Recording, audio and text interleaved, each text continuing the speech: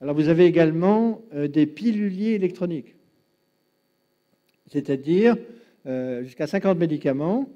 Et donc, c'est une petite machine qui vous sort automatiquement. Ça a pas mal d'avantages, d'ailleurs, hein, les piluliers électroniques, parce que un des gros problèmes avec les génériques, pour les personnes âgées, c'est qu'ils n'ont pas la même couleur et la même forme.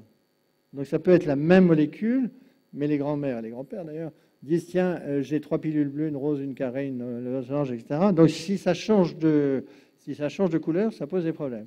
L'avantage du pilulier électronique, c'est qu'il vous sort 2 ou 3 fois par jour les médicaments qu'il faut. Même il parle. Enfin bon, il dit « Time is up for your medication ». Donc voilà. Donc c'est le temps de... Et le réseau sait que la grand-mère a pris ses pilules. Du pilulier. On ne sait pas ce qu'elle en a fait après, mais on sait au moins ça. Pareil pour la glycémie, donc le sucre. Pareil pour la respiration, pour le pouls cardiaque, etc. Mais c'est très simple.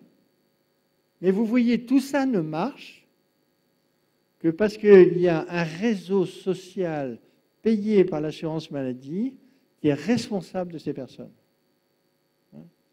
Donc, sûrement, l'objet le plus innovant, ce n'est pas tellement la balance électronique. L'objet le plus innovant de ces 20 dernières années, de ces 10 dernières années, c'est le téléphone.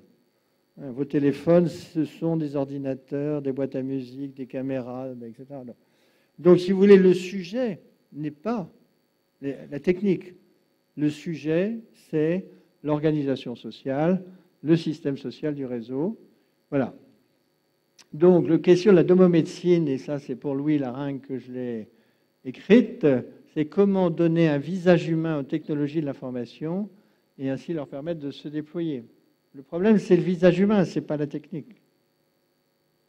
Donc, en quelques mots, ces évolutions, on a une évolution très profonde de la bioinformatique sur la recherche, l'enseignement et la pratique médicale, une nécessité de créer un réseau de la connaissance, des modalités de renforcement de l'industrie du logiciel, j'en ai pas parlé, mais ça c'est le dossier médical, le rôle des réseaux de soins et la valorisation de la télémédecine, à condition qu'il y ait un financement stable. Parce que ce que Louis Laringue ne vous a pas dit, c'est que c'est un génie et un acrobate qui réussit à trouver chaque année de l'argent.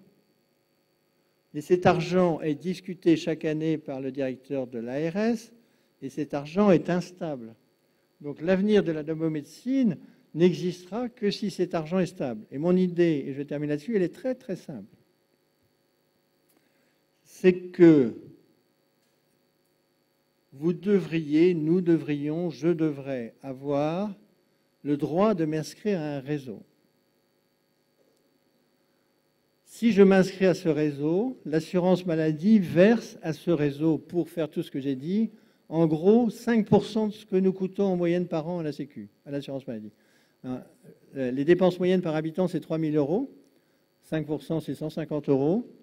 Donc si vous avez un réseau de 10 000, 12 000 personnes, vous voyez, ça commence à faire des sous.